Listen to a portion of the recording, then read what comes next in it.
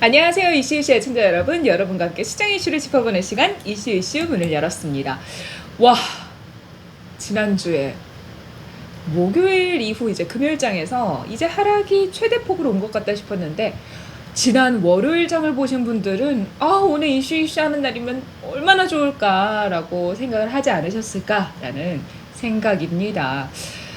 지금 블랙 먼데이라는 얘기 9.11 테러 이후로 그때보다도 더 크게 하락 변동성을 줬던 시장이기 때문에 많은 분들이 지금 투자를 더 하기는 좀 무섭다 하는 생각을 갖고 계실 것 같아요. 또 한편으로는 지금이 기회야 하면서 또 매수를 하시는 분들도 계실 것 같은데 시장 어떻게 봐야 하는지 또 큰 우리가 물주기를 어떻게 따라봐야 하는지 이야기 나눠보도록 하겠습니다. 오늘도 모 선생님과 함께 할게요. 선생님 안녕하세요. 예, 안녕하세요.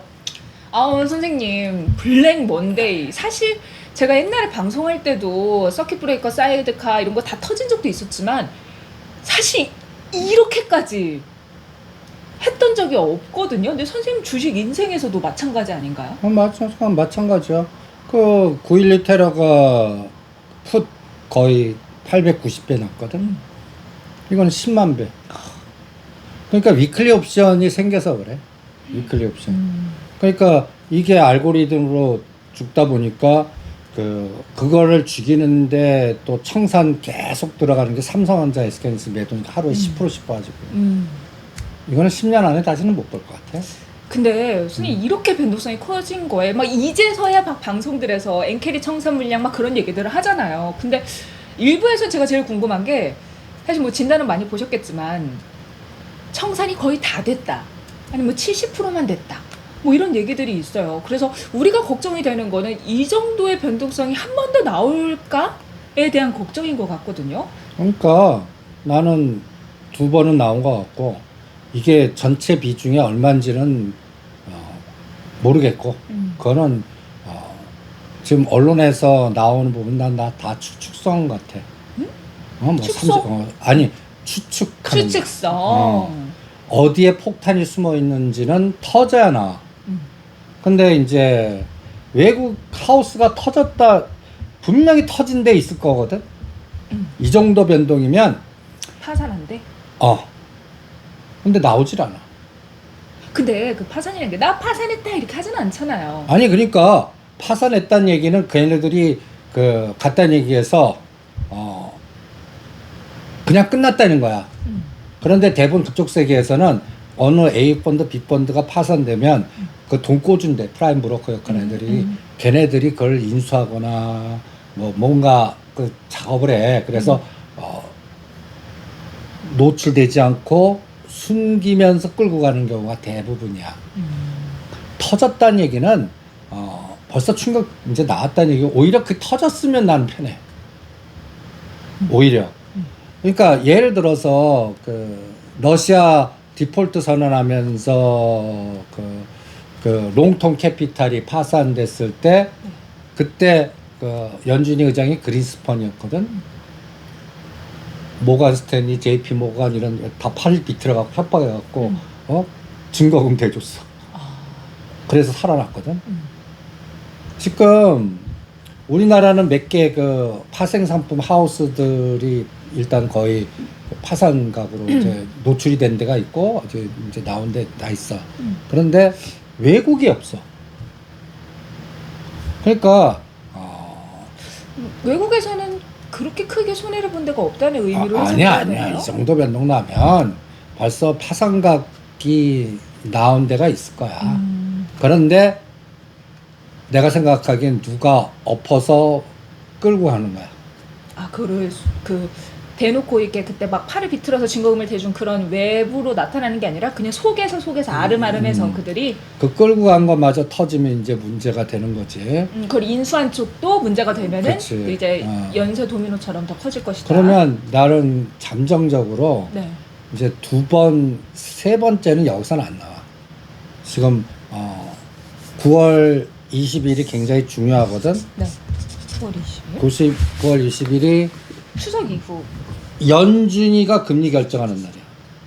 그 다음 날이 일본 중앙은행 금통위가 또 있어. 그러니까 요 20일 전후 하루 차이로 미국도 금리가 뭐 예를 들어서 뭐 심지어는 50bp, 75bp 경기 침체 이렇게 하면 또 급락한다고 막 떠드는 데도 있고 25bp 하긴 분명히 다 하겠지. 25, 50, 75 중에 뭐 선택이 결정될 거고 일본은 이제 금리는 이제 인상은 없다 선언했잖아. 어? 그런데 이때 전후에서 또 뭔가 노이즈가 생겨서 세 번째 하면 또 난리 나겠지. 금리 인상을 한 번 더 한다면 일본이 이걸 지나야 할 것 같아. 일단 9월에 금리 인하는 거의 확정시 되어 있는 상황이잖아요, 선생님. 50bp는 안 할 것 같다라는 얘기가 뭐 이렇게 나오곤 있지만 뭐 일각에서는 금리 인하를 너무 늦게 해서 지금 이 상황이 터진 거다라는 얘기가 있기 때문에 50bp도 간과할 수는 없다. 가능성이 여전히 존재한다라고 보고 있는데 그럼 25bp를 할 거라고 보시나요, 선생님? 난 25bp. 25bp 하고 50bp 하면 연준이 파월 의장이 내가 실수했어라고 인정하는 것 같아. 절대 인정 안 할 것 같거든. 아, 그치. 금리 인하 늦게 해서 이 상황이 된 거에 대한 책임을 느끼고 50bp를 하는 거겠죠? 그건 아닐 것 같아. 25bp일 가능성이 높고. 그러니까 그때까지는 끼역 올려놓고 그리고 엔캐리 청산이라는 게 그 변동성을 극대화시키는 거 아니야. 네. 그러면은 지금 예를 들어서 161엔에서 141엔까지 죽이면서 2880짜리를 2380이니까 500포인트를 죽였단 말이야. 올려놓고 죽이겠지. 아, 지금 상황에서? 여기서야 뭐 이미 다 그러니까 파생해서 시장의 변동성이 크려면 삼성전자 위치가 높아야 돼. 근데 지금 낮잖아요. 그러니까 8만 전자 좀 만들어 놓고 죽일까? SK하이닉스는 한 18만 원이나 20만 원 사이까지 만들어 놓고 죽일까? 그 정도. 그러면 N이 150엔, 155엔을 선을 딱 건너야 될 것 같아. 요번에 141엔까지 했으니까 지금 147엔이거든? N이 자꾸 올라가면 삼성전자, SK하이닉스, 현대차, 기아는 야금야금씩 올라갈 거야. 그런데 150엔까지 갔다 꺾이냐, 155엔까지 갔다 꺾이냐가 가장 중요한 포인트인데 이 에너지는 요 9월 22일이 아니라 8월 28일 엔비디아가 실적 때 결정할 것 같아요. 그러니까 요 두 달 동안은 방향 주겠어? 아무것도 안 주지. 선생님, 근데 이 엔저 현상을 분석하는 관점에서 볼 때 플라자 합의부터 가야 된다. 그때 엔저를 유도를 하면서 미국은 금리 인하를 하고 일본은 금리 인상을 하는 상황, 그게 지금하고 거의 겹치는 상황이다. 근데 일본이 그때 플라자 합의 이후로 잃어버린 30년을 경험했기 때문에 이번에 그때처럼 하진 않을 거다. 근데 그런 분석들이 나와요. 나는 뭐 그런 분석을 무시하는 게 아니라 지금 그런 거 그 옛날 투자 역사 뭐 매크로 이렇게 따질 필요 없을 것 같아. 근데 과거에 일본 입장에서는 엔저를 했다가 잃어버린 30년이 왔으니까 이번에는 금리 인상을 할 가능성이 높은 걸로 우리가 생각을 할 수 있잖아요. 그러니까 이게 속도가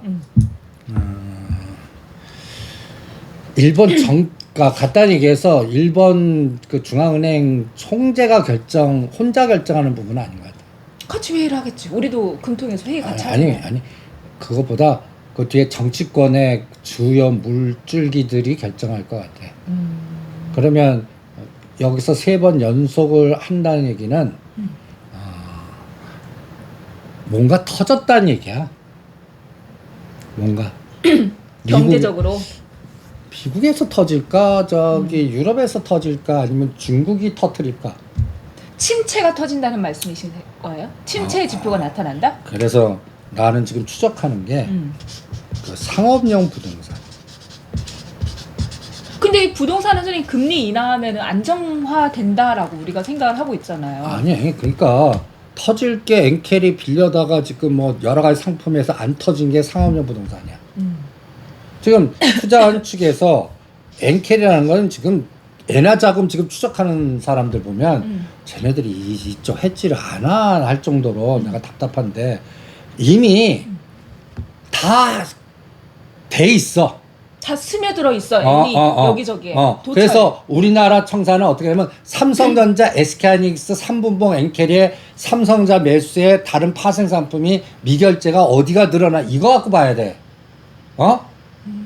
그게 뭐 자금이 어떻게 되고 이런 거는 이미 그 몇 년 전에 벌써 그 자판이 다 짜져 있는 건데 그러면 상업용 부동산 그러니까 N을 지금 뭐 3년이나 5년 전에 빌려갖고 저금리해 갖고 간단히 얘기해서 유럽에다가 투자도 하고 미국에 투자하고 해서 부동산을 다 샀어. 유지 잘해왔어. 그런데 간단히 예를 들어서 최근에 이 변동성 때문에 네. 이자나 이런 걸 낼 수가 없고 자산 가치가 폭락해서 그 마진콜을 불러버리는 거야. 돈 어느 시간 동안 간단히 해서 갚어. 못 갚을 때 증거금 부족이나 이런 거 할 때 이게 터져 나오거든. 그러면 그럴 때 어떻게 나오냐? 네. 자산 정리가 나가.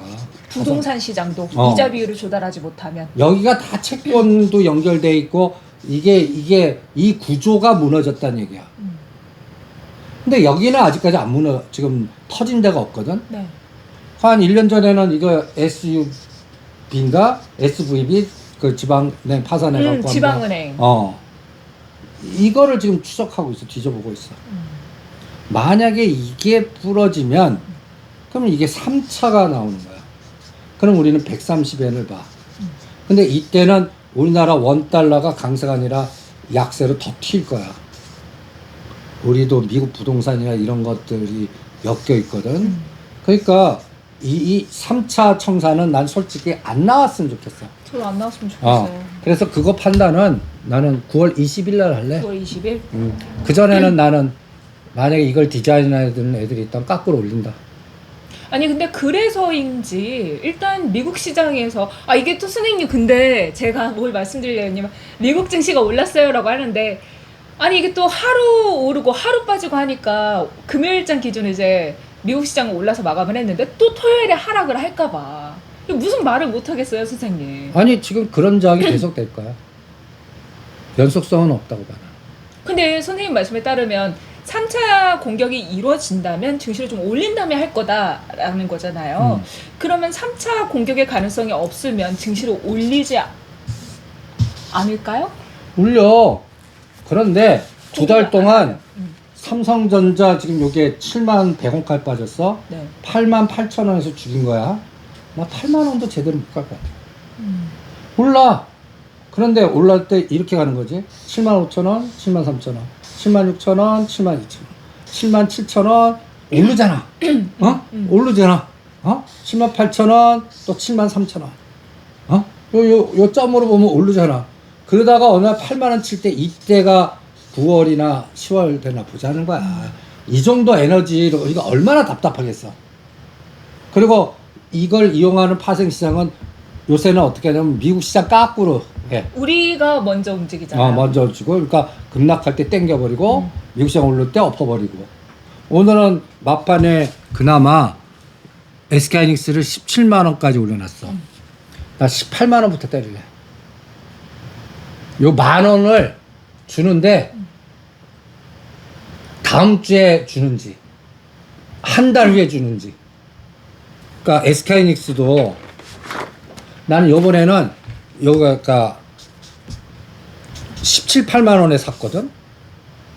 15만 원까지 두들겨 맞은 거야. 월요일에. 우리가 24만 원대는 잘 팔아드렸어. 네.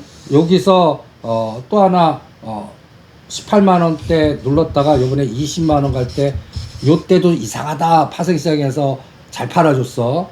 근데 이 15만 원 예상을 못했어. 이 하루에 그냥 선물 40포인트 빼고 위클리 옵션 10만 배 만들어버리고 뭐 이러면서 투매를 만들었단 말이야. 그래서 오늘 겨우 17만 1천 원 만들었어. 그 금요일 종가 대비도 17만 1천 원이면 더 미치긴 해요. 그러면 요 월요일 하락폭을 다 만회하지 못했어요. 18, 19 이제 삼성전자 8만 원이 SK하이닉스 20만 원 잡을래. 그러면 요 18만 원부터 20%씩 5천 원 단위로 팔아볼래. 그래서 9월 20일까지 맵 다 팔리는지 20%만 팔리는지 30%만 팔리는지 40% 이거 시장한테 물어볼래. 이게 곧 엔비디아 한미반도체 물어보는 거랑 똑같아. 그러니까 이쪽은 무너졌어. 반도체. 그냥 무너졌어. 마탱이 갔어. 그러니까 이게 정상화되려면 나는 10월이나 12월 정도 돼야 된다고 봐. 그럼 8, 9월은 대반등 에너지가 있냐 없냐. 이게 그나마 나스닥이 지금보다 1000은 더 올라가야 된다고 봐. 1000이요? 1000포인트. 그러니까 지금 16,500이거든. 17,500 정도는 더 가줘야 돼.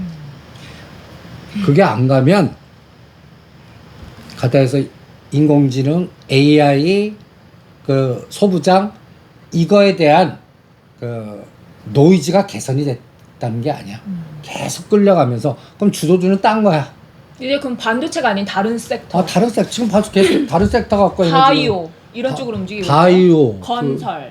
요새 그 징글징글한 건설들이 오늘은 건설의 날이잖아. 선생님 건설하기 전에 그러면 반도체 지수가 올라가면서 우리 증시도 오늘 일단 반도체 관련된 종목들이 반등이 좀 나왔단 말이죠. 그러면 해당 종목들도 어떻게 대응해야 될까요? 대응할 수 없어. 진폭이 대응할 대응이 뭐 지금 소부장 종목들 더투매가 나와갖고 이번에 반대 매매 다 많이 털린 것 같거든. 웬만한 거 30에서 50% 올라야 뭐가 대응이 되는데 그 30% 50%는 두 달간은 불가능할 것 같아요. 근데 선생님 궁금한 건 그거예요. 많은 분들이 이렇게 막 하락할 때는 공포감 때문에 아무것도 못 하시고 기다리다가 반등을 하니까 그때 물을 탔어야 되는데 물을 못 탔네. 지금이라도 탈까요?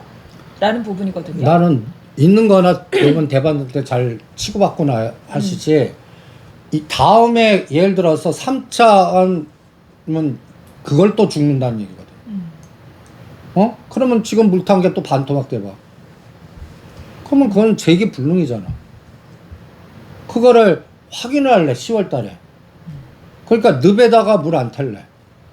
그 물 탈 돈 있으면 오히려 있는 게 갖다 해서 신용은 다 털린다고 그랬지. 네. 현찰로 갖다 예를 들어서 100줄에도 늘려보는 걸로 하지 거기다 물을 타지 말자라는 거야. 오히려 새로운 돈, 새로운 세계 그거 물 타갖고 요거 10에서 20% 하느니 다른 데서 50% 더블 게임을 자꾸 하는 데가 생기잖아.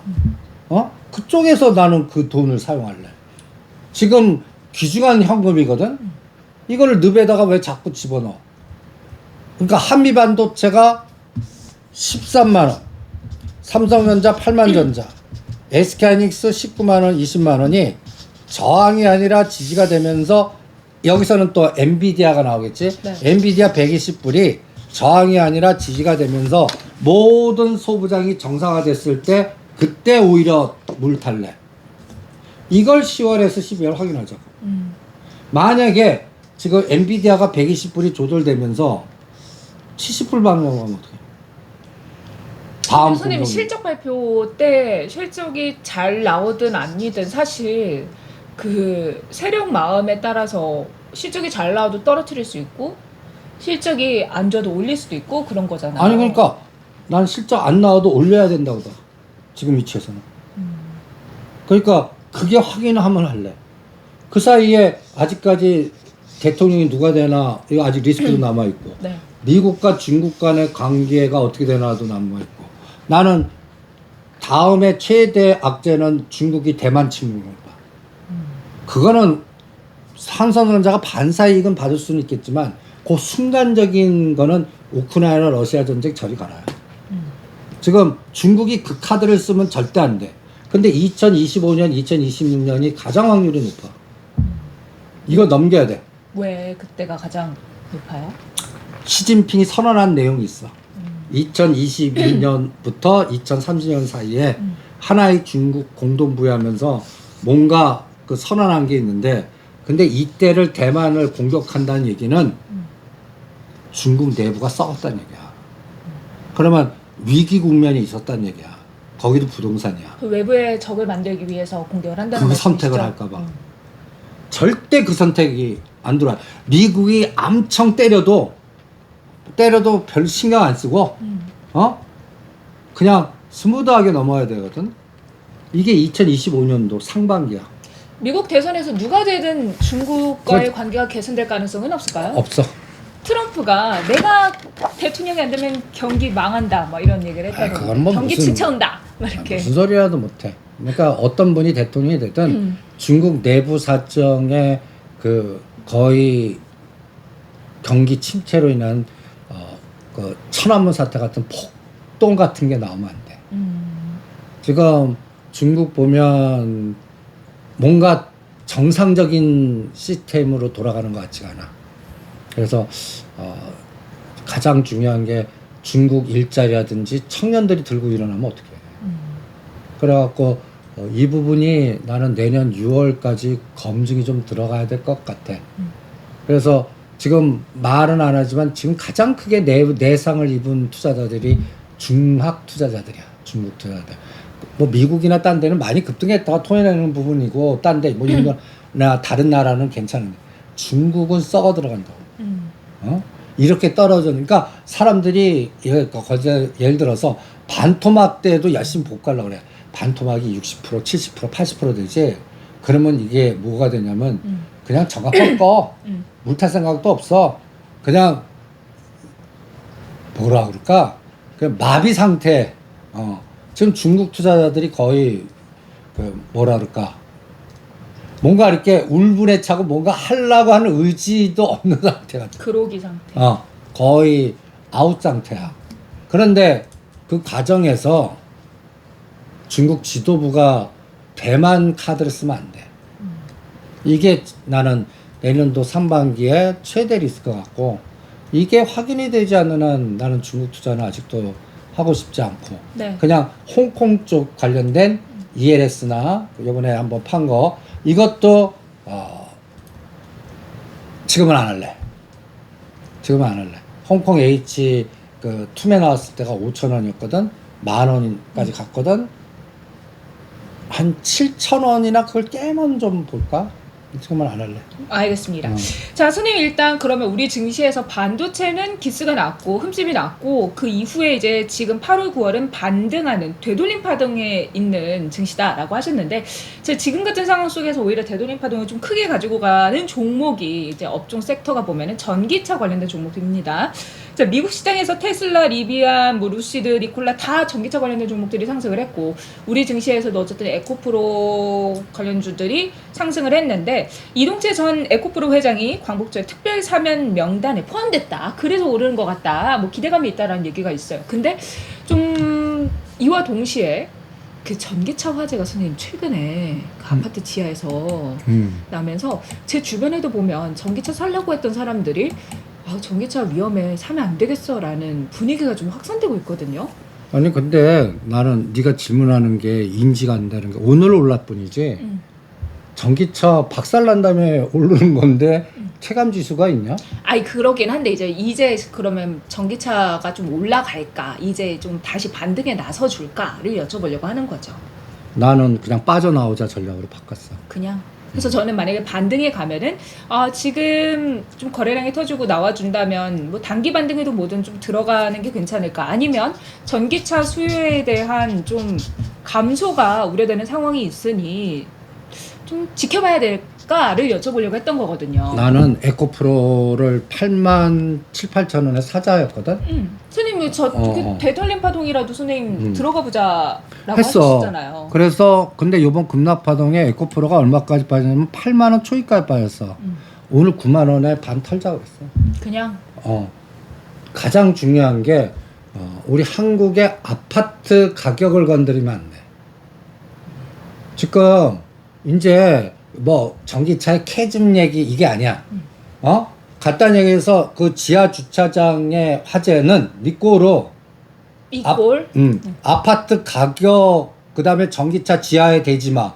그 같은 커뮤니티 내에 갖고 사는 사람들 간의 분쟁 갈등 구조로 이제 확산될 것 같아.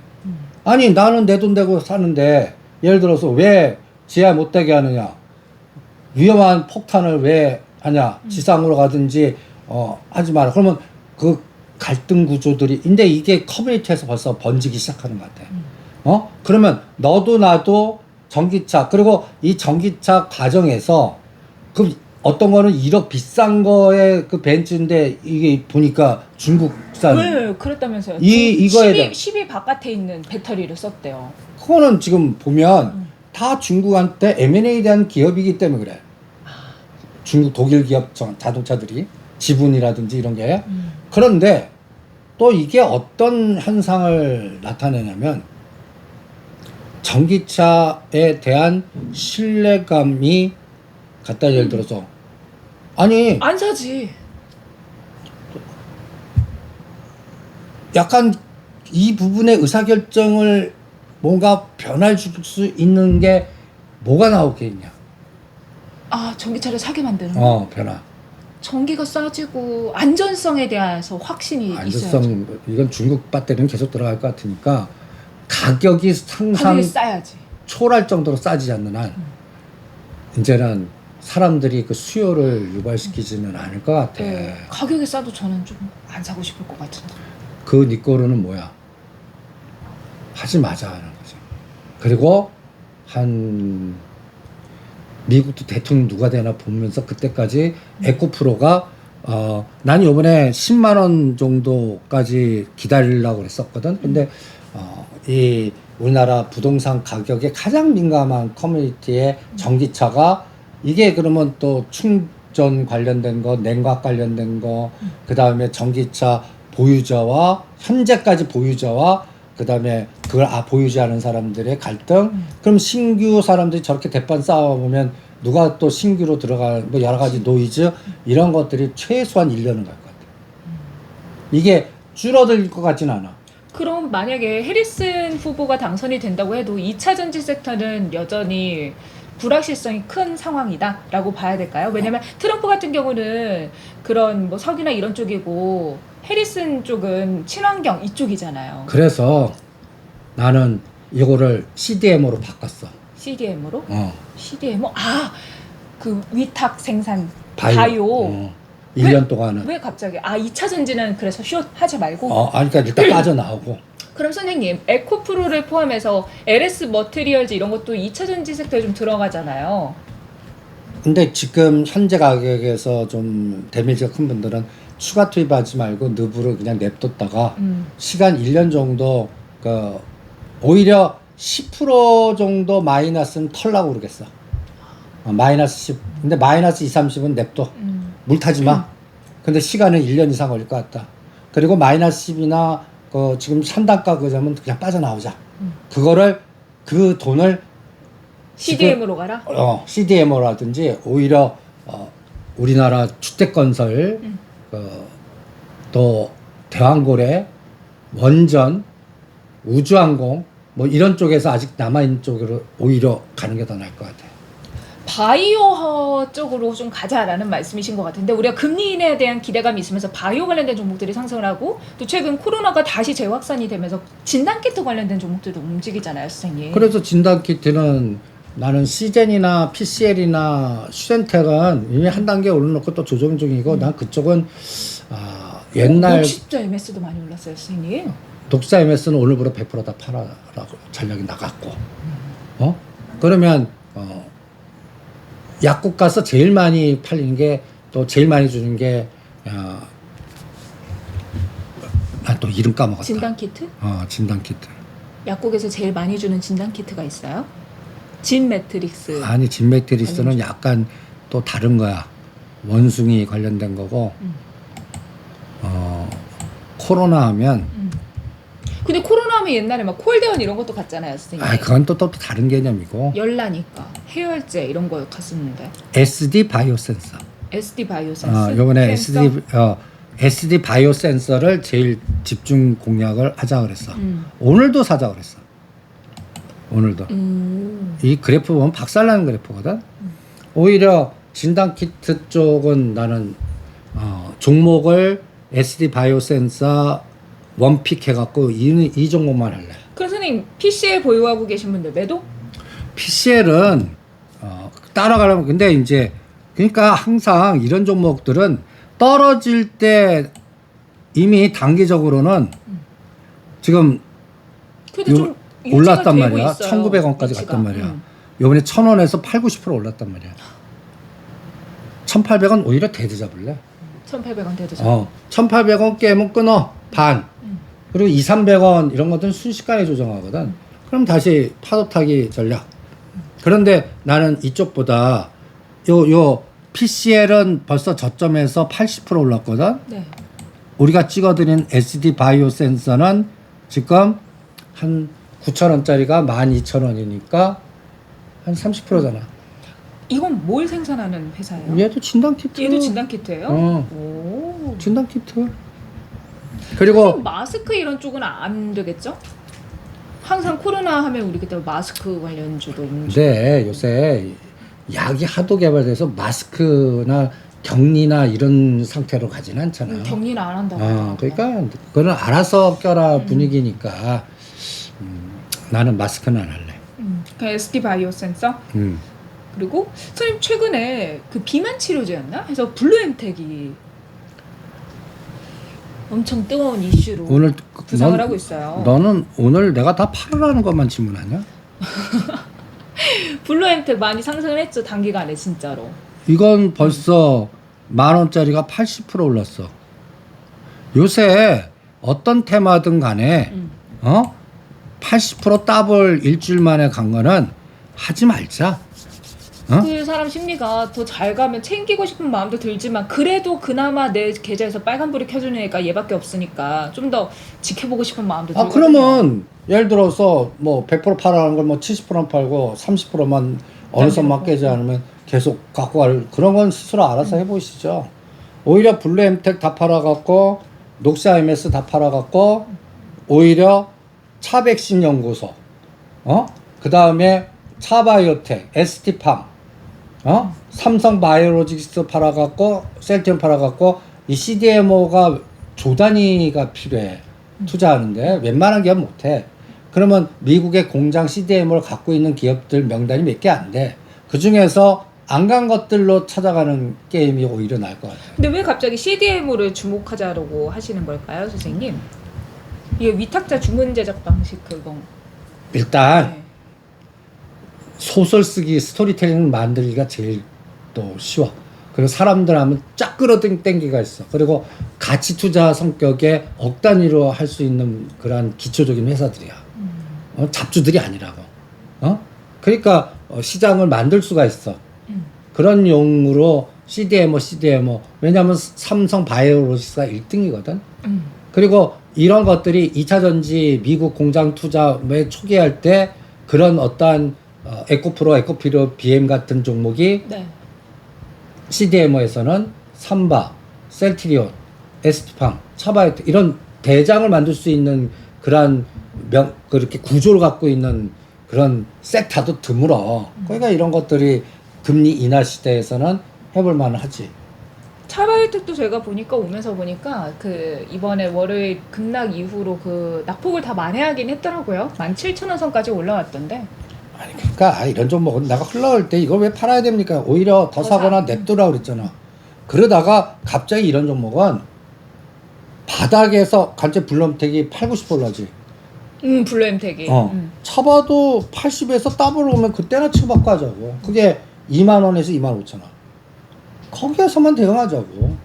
그러니까 그런 관련된 종목들만 뭐라 그럴까? 2달간은. 지켜보자. 그 9월 21일 D-Day 잡았잖아. 네. 그러면 그때쯤 되면 이제 우리는 또 뭐 얻어겠냐. 금리는 다 나왔고. 9월 20일 되면. 그때는. 그때 뭐 얘기하지? 삼성전자 3, 4분기 실적 갖고 그냥 시장은 그냥 뭐 10 몇 조 뭐 이제 뭔가 또 그것만 떠들 거라고. 그때 삼성전자가 얼마인가 보자. 선생님 그럼 삼성 바이오로직스는 어때요? 난 매도 사인 냈어. 매도 사인 내셨어요? 셀트리온은 왜 매도해요? 이것도 서정진 회장이 다시 아니. 컴백. 지금 2달간 장이 이런 우량주 합성된 애들이 3차 하면 그걸 털어. 대형주로? 아주 이런 잡주하는 애들이 아니야. 그러면 엮여 있는 게 현대차, 기아, SK하이닉스, 삼성전자 같이 우량주에서도 삼바, 셀트리온 이런 게 다 합성 엮여 있을 거라고. 코스닥에는. 네. 대형주들 중심으로. 그러면 셀트리온이 지금 20만 원, 18만 원, 22만 원에 갇혀 있으니까. 여기서 왔다 갔다만 할 것 같아. 그러니까 지금 장은 이거 대비 잡주나 저가주나 녹사 MS를 더블 만드는 장이고 요거 우량주는 위아래 플러스 마이너스 20%에서 갇혀 있는 장. 이런 느낌이더라. 이게 2달간 지속이 될 것 같아.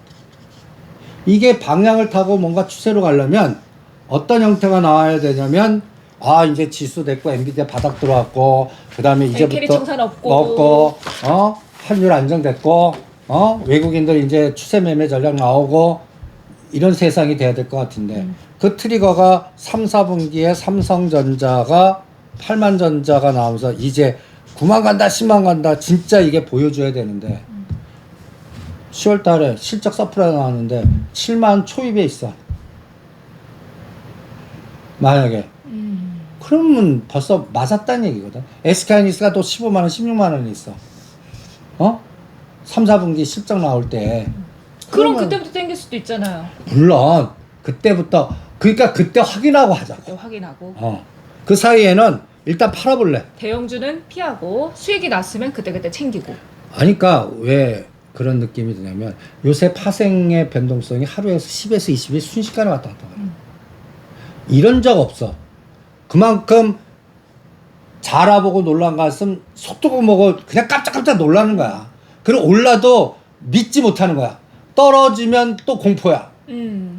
이게 하라미 포지션의 저주야. 이 하라미가 이 장대, 이게 이제 2700 붕괴되면서 2408, 2400조가 이걸 하루에 300포인트짜리 장대 운봉을 맞았어. 네. 이게 선물이 40포인트야. 고가, 저가가. 이런 적 투자 역사에 없어. 9.11 테러 때도 이 정도 아니야.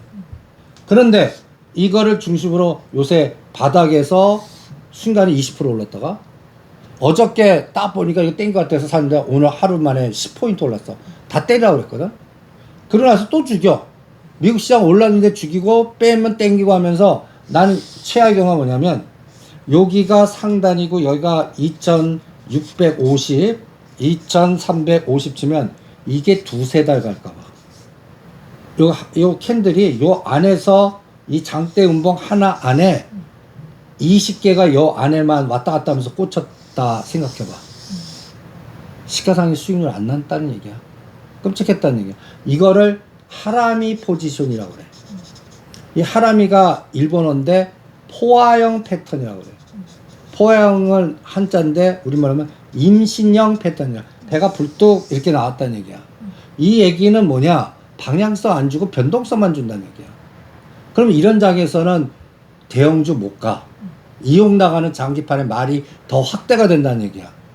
그러면서 종목도 잘못하면 털리는 장이 되는 거야. 털린다는 얘기는, 와, 주도한다 그러다가 갑자기 하단으로 꼬나. 이게 2, 3일 만에 색깔이 바뀌는 거야. 천장과, 그러니까 천장으로 갔다가 완전히 바닥으로 가고, 바닥 가서 투매하면 천장 가버리고. 테마도 이렇게 될 수 있다는 얘기야, 하란 포지션.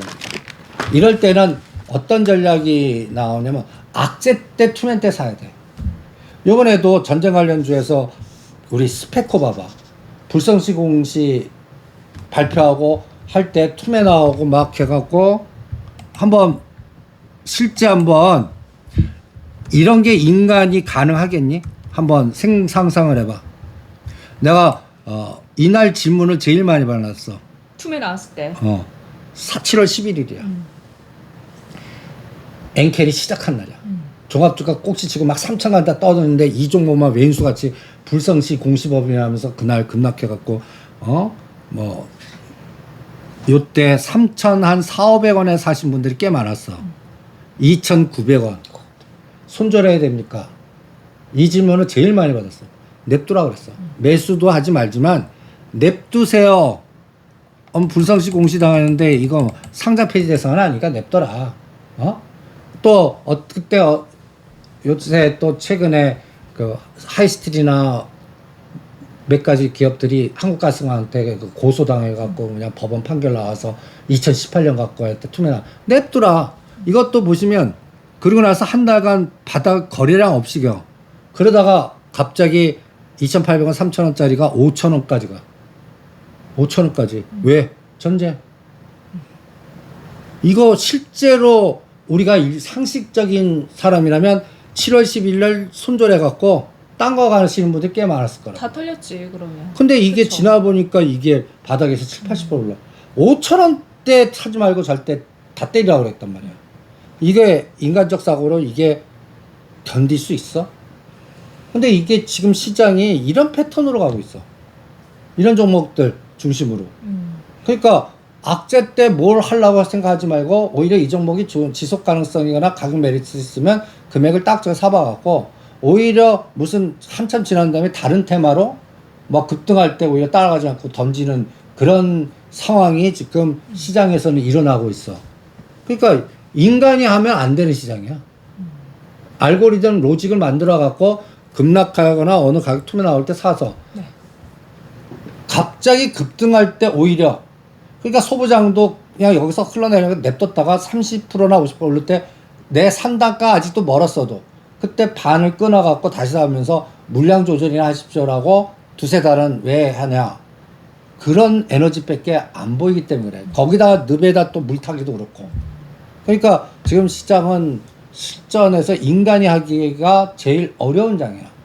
그러면 인간이 안 되면 되지 뭐. 인간이길 포기하자. 기계적으로 매매를 하자는 말씀이세요. 인간성은 가지고 가야 됩니다, 여러분. 우린 인간입니다. 휴머니즘. 그래서 일단 하람이 포지션 그 속에서 계속 갇혀 있는. 그러면서 변동성을 주고 수익을 줄 것 같으면 내 매수가 근처 오면 팔아야지 했는데 매수가 근처는 안 오고 또 하락하고.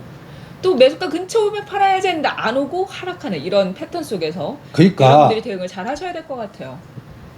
매수 단가가 안 왔어도 바닥에서 30, 50은 끊어라야 반만이라도.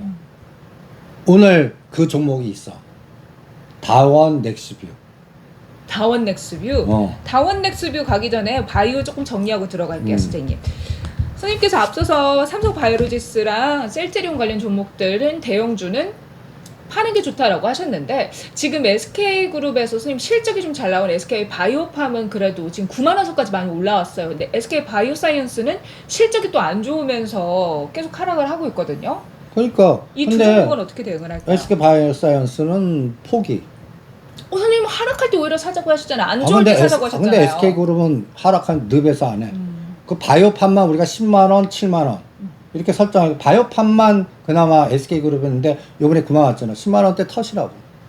매수가 미치어도. 반이라도 끊으라고. 근데 이게 선생님 실적이 계속해서 좋게 나올 거고 앞으로 뇌전증 치료제 관련해서 매출이 잡히기 시작하면서 앞으로 매출이 실질적으로 잡히면 더 상승할 가능성이 높다라고 생각을 해서 보유하고 계신 분들이 있거든요. 그거를 SK 이노베이션이 살아나면